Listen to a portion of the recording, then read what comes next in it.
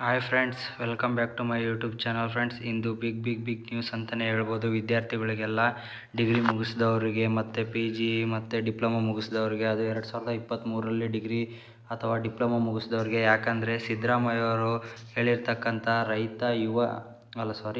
ಯುವ ನಿಧಿಯನ್ನು ಇಂದು ಪೋರ್ಟಲ್ನಲ್ಲಿ ಅಪ್ಲಿಕೇಶನ್ ಹಾಕೋದರ ಮೂಲಕ ನಾವು ಆ ನಿಧಿಯನ್ನು ಪಡೆದುಕೊಳ್ಳಬಹುದು. ಸರ್ಕಾರದ ಈ ಯೋಜನೆಯನ್ನು ನಾವು ಮೊಬೈಲಲ್ಲೇ ಮನೆಯಲ್ಲೇ ಕೂತು ಹೇಗೆ ಹಾಕೋದು ಅಂತ ನಾನು ನಿಮಗೆ ತಿಳಿಸ್ಕೊಡ್ತೀನಿ. ಫ್ರೆಂಡ್ಸ್, ಬನ್ನಿ ವಿಡಿಯೋನ ಸ್ಟಾರ್ಟ್ ಮಾಡೋಣ. ವಿಡಿಯೋ ಸ್ಟಾರ್ಟ್ ಮಾಡಿರೋಕ್ಕಿಂತ ಮುಂಚೆ ನೀವಿನ್ನೂ ನಮ್ಮ ಚಾನಲ್ಗೆ ಸಬ್ಸ್ಕ್ರೈಬ್ ಆಗಿಲ್ಲ ಅಂದರೆ ಸಬ್ಸ್ಕ್ರೈಬ್ ಆಗಿ ಫ್ರೆಂಡ್ಸ್. ಯಾಕಂದರೆ ನಾವು ಹಾಕುವ ಎಲ್ಲ ನೋಟಿಫಿಕೇಷನ್ಗಳನ್ನು ನೀವೇ ಮೊದಲು ನೋಡ್ಬೋದು. ನೀವಿಲ್ಲಿ ಗೂಗಲ್ನ ಓಪನ್ ಮಾಡಬೇಕಾಗುತ್ತೆ. ಓಪನ್ ಮಾಡಿಬಿಟ್ಟು ನೀವು ಇಲ್ಲಿ ಟೈಪ್ ಮಾಡಬೇಕಾಗುತ್ತೆ. ನೋಡಿ, ಸೇವಾ ಸಿಂಧು ಲಾಗಿನ್ ಅಂತ ಟೈಪ್ ಮಾಡಿ.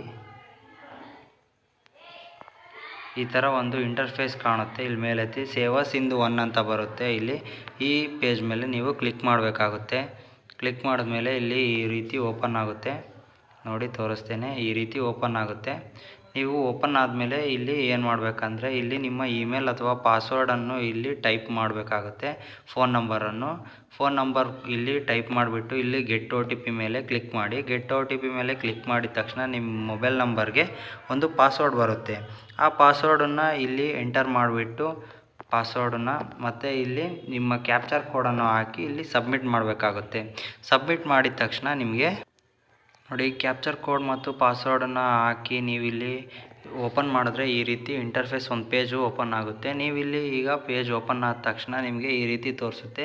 ಈ ರೀತಿ ತೋರಿಸಿದ ತಕ್ಷಣ ಇಲ್ಲಿ ನೋಡಿ, ಈ ಯುವ ನಿಧಿ ಅಂತೇಳಿ ಕೊಟ್ಟಿದ್ದಾರೆ. ಕರ್ನಾಟಕ ಸರ್ಕಾರ ಯುವ ನಿಧಿ, ಸಿದ್ದರಾಮಯ್ಯ ಸನ್ಮಾನ ಮುಖ್ಯಮಂತ್ರಿಯವರು. ನೀವಿಲ್ಲಿ ಏನು ಮಾಡಬೇಕಾಗುತ್ತೆ ಅಂದರೆ, ಇಲ್ಲಿ ಲೆಫ್ಟಲ್ಲಿ ನಿಮಗೆ ಒಂದು 4 ಪಾಯಿಂಟ್ಸ್ ಕೊಟ್ಟಿದ್ದಾರೆ, ನೋಡ್ಕೊಳ್ಳಿ. ಮ್ಯಾನೇಜ್ ಪ್ರೊಫೈಲ್ ಮತ್ತು ಅಪ್ಲೈ ಫಾರ್ ಸರ್ವಿಸ್ ಅಂತ ಕೊಟ್ಟಿದ್ದಾರೆ. ಮತ್ತು ವ್ಯೂ ಸ್ಟೇಟಸ್ ಅಪ್ಲಿಕೇಶನ್ ಅಂತ ಕೊಟ್ಟಿದ್ದಾರೆ. ಮೆಸೇಜ್ ಆ್ಯಂಡ್ ಅಲರ್ಟ್ ಅಂತ ಕೊಟ್ಟಿದ್ದಾರೆ. ನೀವೀಗ second option apply for service ಅಂತ ಕ್ಲಿಕ್ ಮಾಡಬೇಕಾಗುತ್ತೆ. ಕ್ಲಿಕ್ ಮಾಡಿದ ತಕ್ಷಣ ನಿಮಗೆ ಕೆಳಗಡೆ ಇನ್ನೂ ಒಂದು ಪಾಯಿಂಟ್ ತೋರಿಸುತ್ತೆ, ವ್ಯೂ ಆಲ್ ಅವೈಲಬಲ್ ಸರ್ವಿಸಸ್ ಅಂತ. ನೀವು ಅದನ್ನ ಮೇಲೆ ಕ್ಲಿಕ್ ಮಾಡಬೇಕಾಗುತ್ತೆ. ನೀವು ಈ ರೀತಿ ಕ್ಲಿಕ್ ಮಾಡಿದ ತಕ್ಷಣ ಈ ರೀತಿ ಇನ್ನೊಂದು ಪೇಜ್ ಓಪನ್ ಆಗುತ್ತೆ. ಈ ರೀತಿ ಪೇಜ್ ಓಪನ್ ಆದ ತಕ್ಷಣ ನೀವಿಲ್ಲಿ ಈಗ ನಾವು ಯುವ ನಿಧಿ ಅಲ್ವಾ ಹಾಕಕೊಟ್ಟಿರೋದು, ಅದನ್ನು ನೀವು ಸರ್ಚ್ ಮಾಡಬೇಕಾಗುತ್ತೆ. ಯುವ ನಿಧಿ ಅಂತ ಹೇಳಿ ಇಲ್ಲಿ ನೋಡಿ, ಇಲ್ಲಿ ಸರ್ಚ್ ಮಾಡಿ ತೋರಿಸ್ತೀನಿ.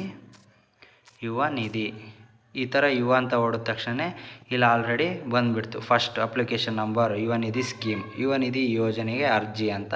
ನೀವು ಅದ್ರ ಮೇಲೆ ಕ್ಲಿಕ್ ಮಾಡಬೇಕಾಗುತ್ತೆ. ಕ್ಲಿಕ್ ಮಾಡಿದ ತಕ್ಷಣ ನೋಡಿ ಫ್ರೆಂಡ್ಸ್, ಈ ರೀತಿ ಓಪನ್ ಆಗುತ್ತೆ. ನೀವು ಈ ರೀತಿ ಓಪನ್ ಆದ ತಕ್ಷಣ ಇಲ್ಲಿ ಕೆಳಗಡೆ ನೋಡ್ಬೋದು, ಫಸ್ಟು ಸ್ವಯಂ ಘೋಷಣೆಗೆ ಒಪ್ಪಿಗೆ ಅಂತೇಳಿ ಕೇಳ್ತಾರೆ ಅವರು. ನೀವು ಈ ಯೋಜನೆಯನ್ನು ಹಾಕಬೇಕಾದ್ರೆ ಫಸ್ಟ್ ಯಾವ್ಯಾವ ಟರ್ಮ್ಸ್ ಕಂಡೀಷನ್ಸ್ನ ಅಪ್ಲೈ ಆಗಿರಬೇಕು ಅಂಥೇಳಿ ಒಂದು ಮಾಹಿತಿಯನ್ನು ಕೊಟ್ಟಿದ್ದಾರೆ.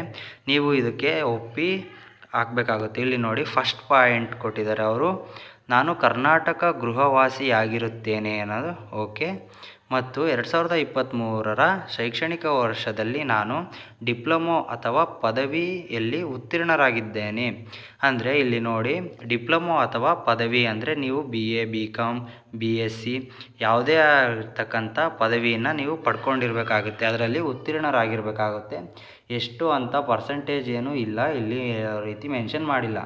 ನೀವು ಪಾಸ್ ಆಗಿದ್ದರೆ ಸಾಕು, ಈ ಅರ್ಜಿನ ಹಾಕಿ ಅಮೌಂಟನ್ನು ಪಡ್ಕೊಳ್ಬೋದಾಗಿರುತ್ತೆ ಫ್ರೆಂಡ್ಸ್. ನೆಕ್ಸ್ಟ್ ನೋಡಿ, 3ನೇ ಪಾಯಿಂಟ್, ನಾನು ಉನ್ನತ ಶಿಕ್ಷಣವನ್ನು ವ್ಯಾಸಂಗ ಮಾಡುತ್ತಿಲ್ಲ. ನೆಕ್ಸ್ಟ್ ನೀವು ಅಥವಾ ಈಗ ನಾನು BCom ಪಾಸಾಗಿದ್ದೀನಿ, ನೆಕ್ಸ್ಟ್ ನಾನು MBA ಅಥವಾ MCom ಮಾಡ್ತಾ ಇಲ್ಲ ಅಂಥೇಳಿ ಇದಕ್ಕೆ ಒಪ್ಪಿಗೆ ಸೂಚಿಸಬೇಕಾಗುತ್ತೆ. ಮತ್ತು 4ನೇ ಪಾಯಿಂಟು, ನಾನು ಸ್ವಯಂ ಉದ್ಯೋಗಿ ಅಲ್ಲ, ಸಾಲ ಅಥವಾ ಸಾಲೇತರ ಅಂತ ಕೇಳಿದ್ದಾರೆ. ನೀವು ಯಾವುದೇ ಆಗಿರ್ತಕ್ಕಂಥ ಕಂಪನಿ ಅಥವಾ ಯಾವುದಕ್ಕೆ ನಾನು ಉದ್ಯೋಗಕ್ಕೆ ಹೋಗಿಲ್ಲ, ನಾನು ಮನೆಯಲ್ಲೇ ಇದ್ದು ಓದ್ತಾ ಇದ್ದೀನಿ ಅಂತ ಹೇಳ್ಬಿಟ್ಟು ಅಂತ 4ನೇ ಪಾಯಿಂಟ್ ತಿಳಿಸುತ್ತೆ. ನೆಕ್ಸ್ಟ್ 5ನೇ ಪಾಯಿಂಟ್ ನೋಡಿ, ನಾನು ESI PF ರಾಷ್ಟ್ರೀಯ ಪಿಂಚಣಿ ಯೋಜನೆಯ ಫಲಾನುಭವಿ ಅಲ್ಲ. ನೀವು ಯಾವುದೇ ಸರ್ಕಾರಿ ನೌಕರಲ್ಲಿದ್ದು ನಿಮ್ಮ TF ಇವ್ಯಾವು ಕಟ್ಟಾಗ್ತಾ ಇಲ್ಲ, ನೀವು ಯಾವುದೇ ಕೆಲಸಕ್ಕೆ ಸೇರಿಲ್ಲ ಅಂಥೇಳಿ ರಾಷ್ಟ್ರೀಯ ಪಿಂಚಣಿ ಯೋಜನೆಗೂ ನಾನು ಫಲಾನುಭವಿ ಅಲ್ಲ ಅಂಥೇಳಿ ತಿಳಿಸುತ್ತೆ. ನೆಕ್ಸ್ಟ್ ನೋಡಿರಿ, ನಾನು ಉದ್ಯೋಗಿ ಅಲ್ಲ, ಸರ್ಕಾರದ ಅಥವಾ ಖಾಸಗಿ ಕ್ಷೇತ್ರದಲ್ಲಿ. ನೀವು ಪ್ರೈವೇಟ್ ಆರ್ ಗೋರ್ಮೆಂಟ್ ಜಾಬಲ್ಲಿ ನೀವು ಯಾವುದೇ ರೀತಿ ನಾನು ಕೆಲಸ ಮಾಡ್ತಿಲ್ಲ ಅಂಥೇಳಿ ನೀವು ಒಪ್ಕೋಬೇಕಾಗುತ್ತೆ. ಈ 6 ಪಾಯಿಂಟ್ಸ್ನ ಒಪ್ಕೊಳೋದಕ್ಕೆ ಇಲ್ಲಿ ಕೊಟ್ಟಿದ್ದಾರೆ ನೋಡಿ. ಯುವ ನಿಧಿ ಮಾರ್ಗಸೂಚಿ ಅನ್ವಯ ಅರ್ಜಿಯಲ್ಲಿ ಭರ್ತಿ ಮಾಡಿರುವ ಮಾಹಿತಿಯು ಸತ್ಯವಾಗಿರುತ್ತವೆ ಮತ್ತು ತಪ್ಪಾದಂತೆ ಕಂಡುಬಂದಲ್ಲಿ ನಾನು ಕಾನೂನಾತ್ಮಕ ಕ್ರಮಕ್ಕೆ ಬದ್ಧನಾಗಿರುತ್ತೇನೆ. ನನ್ನ ಅರ್ಜಿ ಮತ್ತು ಪ್ರಯೋಜನಗಳ ತಿರಸ್ಕಾರ ಮಾಡಬಹುದಾಗಿರುತ್ತದೆ ಅಂತೇಳಿ ಕೊಟ್ಟಿದ್ದಾರೆ. ನೀವು ಇಲ್ಲಿ ಹೌದು ಅಂತೇಳಿ ಕೊಟ್ಟರೆ ಇಲ್ಲಿ ನೋಡಿ ಅಪ್ಲಿಕೇಶನ್ ಸ್ಟೇಟಸನ್ನು ತೋರಿಸುತ್ತೆ. ನೋಡಿ ಇಲ್ಲಿ ಅಪ್ಲಿಕೆಂಟ್ ಡೀಟೇಲ್ಸ್ ಅಂದರೆ ಅರ್ಜಿದಾರರ ವಿವರವನ್ನು ಕೇಳುತ್ತೆ. ನೀವು ಆಧಾರ್ ಮುಖಾಂತರ ನಿಮ್ಮ ದೃಢೀಕರಣವನ್ನು ನೀವು ವಿವರಗಳನ್ನು ಕೊಟ್ಟು ಇಲ್ಲಿ ನೋಂದಣಿ ಆಗಬೇಕಾಗುತ್ತೆ. ಫಸ್ಟು ಆಧಾರ್ ಕಾರ್ಡ್ನಲ್ಲೇ ಇರುವಂತೆ ನಿಮ್ಮ ಹೆಸರನ್ನು ನೋಂದಾಯಿಸಿ ಮತ್ತು ಡೇಟ್ ಆಫ್ ಬರ್ತನ್ನು ಇಲ್ಲಿ ನೋಂದಾಯಿಸಬೇಕಾಗುತ್ತೆ. ನೀವಿಲ್ಲಿ ಯಾವ ಜೆಂಡರ್ ಅಂತ ಕೇಳಿದೆ, ಲಿಂಗ ಪುರುಷ, ಸ್ತ್ರೀ ಅಥವಾ ಇತರೆ ಲಿಂಗ, ನೀವು ಇದು ಹಾಕಬೇಕಾಗುತ್ತೆ. ಮತ್ತು ನಿಮ್ಮ ಭಾವಚಿತ್ರವನ್ನು ಹಾಕಬೇಕಾಗುತ್ತೆ. ನೋಡಿ ಫ್ರೆಂಡ್ಸ್, ನೀವಿಲ್ಲಿ ರೀಸೆಂಟಾಗಿ ನೀವು ಫೋಟೋನ ತೆಗ್ಸಿರೋದೇ ಹಾಕ್ರಿ. ಯಾಕಂದರೆ ಒಂದೊಂದು ಸರಿ ಅಪ್ಲಿಕೇಶನ್ ರಿಜೆಕ್ಟ್ ಆಗುವ ಸಾಧ್ಯತೆಗಳು ಎಲ್ಲ ಇರ್ತವೆ. ಅದಕ್ಕೆ ನೀವು ಒಳ್ಳೆ ರೀತಿಯಿಂದ ನಿಮ್ಮ ಇತ್ತೀಚಿನ ಭಾವಚಿತ್ರವನ್ನು ಅಪ್ಲೋಡ್ ಮಾಡಿ ಮತ್ತು ನಿಮ್ಮ ಕಾಯಂ ವಿಳಾಸ ನಿಮ್ಮ ಆಧಾರ್ ಕಾರ್ಡಲ್ಲೇ ಕೊಟ್ಟಿರ್ತಾರೆ. ನಿಮ್ಮ ಕಾಯಂ ವಿಳಾಸ ಆಧಾರ್ ಕಾರ್ಡಲ್ಲಿ ಹೆಂಗಿರುತ್ತೋ ಆ ರೀತಿ ಫಿಲ್ ಮಾಡಿ. ಮತ್ತು ಪ್ರಸ್ತುತ ವಿವರವು ಮೇಲಿನಂತೆಯೇ ಇದೆ ಅಂದರೆ ನೀವು ಇಲ್ಲಿ ಮೇಲ್ಗಡೆ ಕೊಟ್ಟಿರ್ತೀರಲ್ಲ ವಿವರ, ಅದು ಸೇಮ್ ಇದೆ ಅಂಥೇಳಿ ಕೇಳುತ್ತೆ.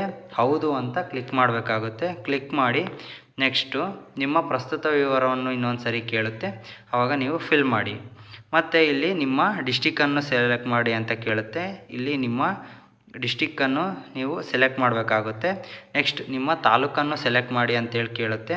ನಿಮ್ಮ ತಾಲೂಕನ್ನು ಸೆಲೆಕ್ಟ್ ಮಾಡಿ. ಇಲ್ಲಿ ಸರ್ವರ್ ಇಲ್ಲ, ನಾನು ಅದಕ್ಕೆ ನಿಮಗೆ ತೋರಿಸ್ತಿದೆ. ಇಲ್ಲಾಂದರೆ ಎಲ್ಲ ಅದನ್ನು ಹಾಕಿ ಓಕೆ. ನೆಕ್ಸ್ಟ್ ವಿದ್ಯಾರ್ಹತೆಯ ವಿವರಗಳು ಅಂತೇಳಿ ಕೇಳುತ್ತೆ, ಎಜುಕೇಷನ್ ಡೀಟೇಲ್ಸ್.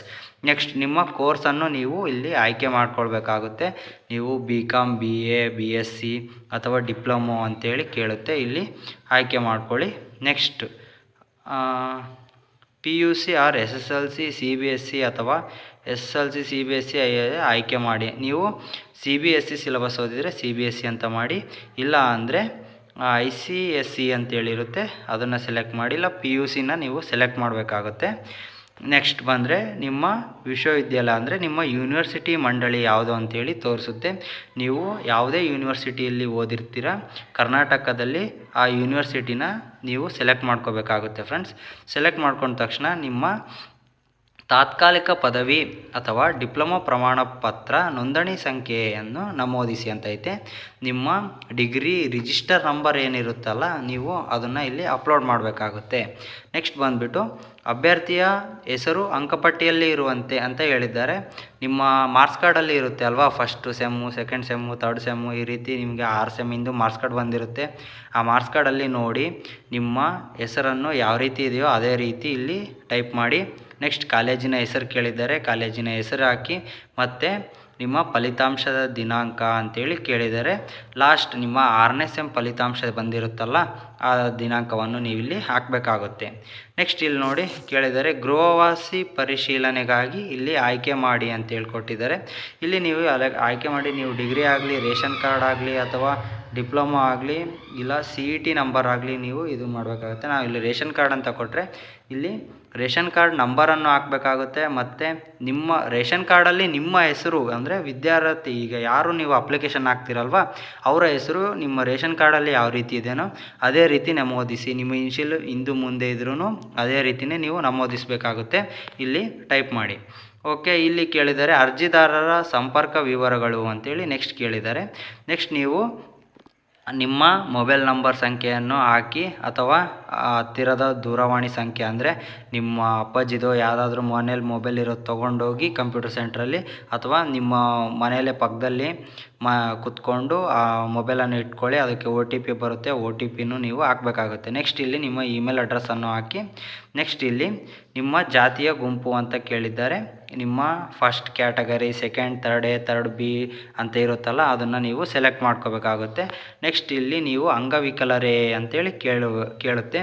ನೀವು ಅಂಗವಿಕಲರಾಗಿದ್ದರೆ ಎಸ್ ಅಂತ ಕೊಟ್ಟರೆ ಅದಕ್ಕೆ ನಿಮಗೆ ಏನಾದರೂ ಒಂದು ಸರ್ಟಿಫಿಕೇಟ್ ಅಥವಾ ID ಕೊಟ್ಟಿರ್ತಾರೆ, ಅದನ್ನು ನೀವು ಹಾಕಬೇಕಾಗುತ್ತೆ ಗೌರ್ಮೆಂಟ್ ಕಡೆಯಿಂದ.